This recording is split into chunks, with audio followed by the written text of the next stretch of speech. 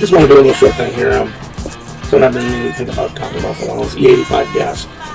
It's interesting, the Democrats, they always say that they are for the environment and the Republicans are against the environment. A lot of them Republicans actually do claim to be anti-environmentalists, but in the long run, the Republicans usually do more for the environment than Democrats do. Democrats say they're going to help the poor, they say they're going to help minorities, say they're going to help the environment, and they do a couple little things here and there, but for the most part, they usually harm the poor, harm the minorities, harm the environment. Let me give you an example, is E85 gas. Now, when Trump was in, he undid some Obama restrictions that kept farmers from planting too much corn to be used for E85 gas. Trump undid that. Trump, the supposedly anti-environmentalist president, undid Obama's policy.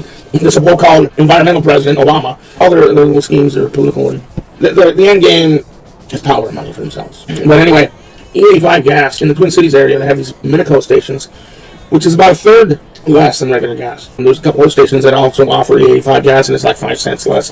It's not even worth it. Now, there's a lot of things we could do to improve the environment. Nikola Tesla said over 100 years ago, you can get energy right out of the air. But the powers that be don't want that, because how can you make money? It's all about making money. And you can't make money if you just get free energy out of the air. They got to make money, even if it means destroying the planet. They don't care. They couldn't possibly care less. Now, E85 is a step in the right direction. There's better ways than alcohol, but alcohol is a lot better. It's cleaner burning. You could set up an alcohol burner in your living room to heat your house, okay? And it wouldn't be a problem. It's not going to soot up the walls. It's not going to kill you unless it's clean burning.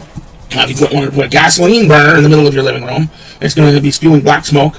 The walls, everything's going to be full of carbon. It's going to stink. You're going to be coughing and choking, and if you leave it burning long enough, it'll kill you, okay? End of the story.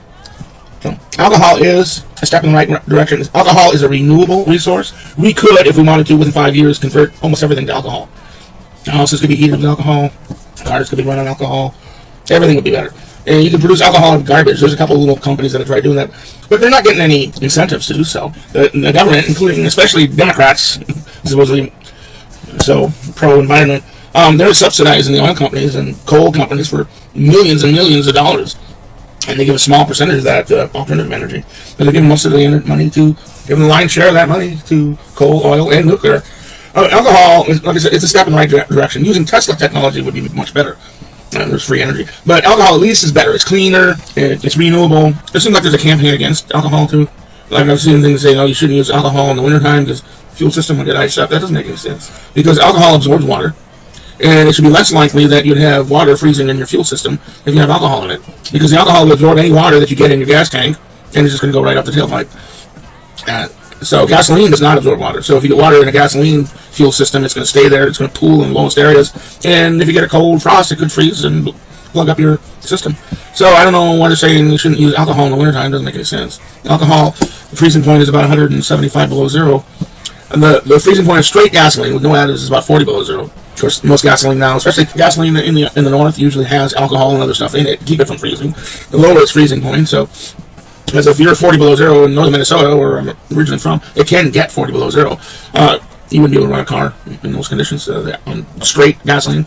Your fuel system, gasoline would be like wax. It wouldn't flow. Alcohol, of course, says it should start easier than gasoline, also because it has a lower freezing point. The one drawback with alcohol, you don't get as good mileage. However, I got a Chevy Equinox, and if I drive on the freeway in cruise control, there's not much difference between alcohol and regular gas. In town, I noticed a big difference. In town, there's about a 5 mile per gallon difference, whereas on the freeway, it's about 1.5 to 1 mile per gallon difference. And so, if you're paying a third for E85, it's definitely worth it. In town, it's a little bit more of a trade-off. But even then, for the good of the environment and the economy, people should run E85. If you have a car, just can run E85. Now, using right in the gas company, say E85 on your gas cap, so in your owner's manual can tell you whether you can run E85 or not. Equinox can run E85, so I can put E85 in my car. And so this is just a little plug for E85 gas. Like I said, it's a step in the right direction. And the Democrats, they're not promoting it. They're promoting all this other crap and worrying, global warming. They don't call it global warming, they call it climate change. Every couple of years they change the name. It's the sky's falling and the world's ending. And there really are serious problems with the environment. Pollution is a serious problem. Overpopulation is a serious problem. The Catholic Church in particular is opposed to any form of birth control. Human beings have sex for pleasure. That's the main reason people have sex.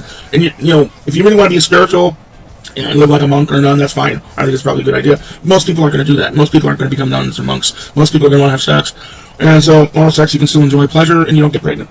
Okay? And I said before, people should not have children unless they're fit to have children, unless they're ready to have children. If you hate kids, don't have them. If you don't like it, don't want to raise children, don't have them. So just do oral sex. You can get your sexual pleasure out of that without having to bring unwanted children into this world who end up being neglected and abused and grow up to be abusive and neglectful themselves. In my opinion, it's not as immoral as bringing children into this world that are neglected and abused. That's higher immorality as far as I'm concerned. So, anyway, that's something I mention when I'm talking about environmentalism, because I'm kind of conservative, but I'm also an environmentalist. I'm also think of things logically. We cannot keep reproducing like cockroaches forever and ever. Something's got to give. It's already giving. The pollution, fresh water is hard to come by, and the Democrats don't talk about that much. They're just talking about all this other stuff, because the Democrats is about power. It's about power and control. And they really couldn't care less about the environment. They couldn't care less about the poor. They couldn't care less about minorities. These are just little techniques that they use to try to get themselves elected, because they know a lot of people do care about these things. So they just spew these lies over and over and over again, and they know that at least 50% of the public is going to buy it, swallow it, hook, line, and sinker, and they do. Every election they do. And they will next election as well. So anyway, I guess that's about all I'm going to say about E85. We should encourage more, like you could try writing your congressman to try to pass legislation, allow more alcohol, more infrastructure to be produced, public service messages to encourage it. And like I said, it's still not as good as like using Tesla technology to power everything, but it's definitely a step in the right direction.